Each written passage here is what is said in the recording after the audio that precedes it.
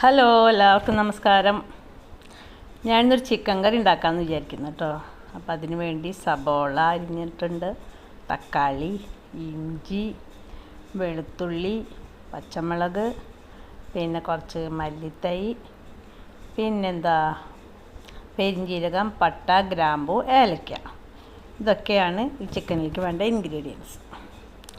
അങ്ങനെ അതാ ഒരു ചട്ടി അടുപ്പത്ത് വെച്ചിട്ടുണ്ട്. ചട്ടി ചൂടായി വരുമ്പോൾ അതിലേക്ക് ഈ പട്ട, ഗ്രാമ്പു, ഏലക്ക അതങ്ങോട്ട് ഇട്ടത് ആദ്യം ഇടുക. അതിന് ശേഷം നമ്മുടെ പെരിഞ്ജീരകം ഇട്ട് അങ്ങോട്ട് പൊട്ടിക്കുക. അതൊരു ചുവന്ന കളറാവുമ്പോൾ അതിലേക്ക് ഇഞ്ചി, വെളുത്തുള്ളി, പച്ചമുളക് ഇതങ്ങിട്ടിട്ട് നല്ലപോലെ വഴറ്റി അതും ഒരു ബ്രൗൺ കളറാവും. അതിലേക്കാണ് നമ്മുടെ ഈ സബോള സബോള എടുത്തിട്ടതിന് ശേഷം അതിലേക്ക് അതും ഒരു ചെറിയൊരു കളർ വ്യത്യാസമൊക്കെ വരുമ്പോൾ അതിലേക്ക് മഞ്ഞൾപ്പൊടി, മുളക് പൊടി, മല്ലിപ്പൊടി.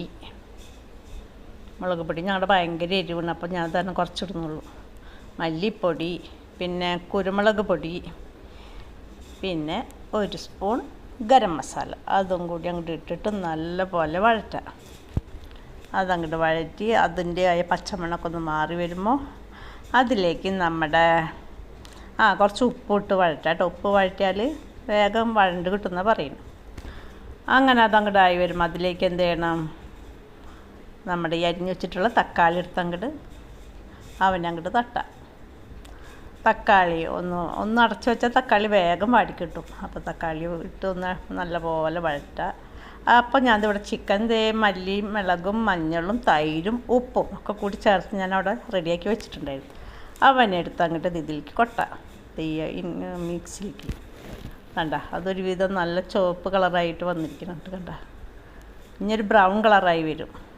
അതുവരെ നമ്മൾ ഈ ചിക്കൻ ഇതിലിട്ടിട്ട് അങ്ങോട്ട് വഴറ്റണം. ചാറ് വേണ്ടവർക്ക് വെള്ളം ഒഴിക്കാം. എനിക്ക് ഇങ്ങനെ അധികം ചാറില്ലാണ്ട് വയ്ക്കുന്നത് ഇഷ്ടം. അപ്പോൾ അതുകൊണ്ട് ഞാനിങ്ങനെ കുഴച്ച് വയ്ക്കും ചിക്കൻ. ഇപ്പം എങ്ങനെയുണ്ട് കണ്ടാൽ സൂപ്പറല്ലേ. ഇതിനങ്ങോട്ട് വഴറ്റി ഒരുവിധം അടച്ച് വെച്ച് ഒരു 10 മിനിറ്റ് വേവിച്ച് കഴിയുമ്പോൾ അതിലേക്ക് നമ്മുടെ മല്ലിത്തൈയും കൂടി അങ്ങോട്ട് ഇട്ട് നല്ല പോലെ വഴറ്റെടുത്ത് അവനെങ്ങനെ ഇരിക്കുന്നു, സൂപ്പറല്ലേ. Chicken ready.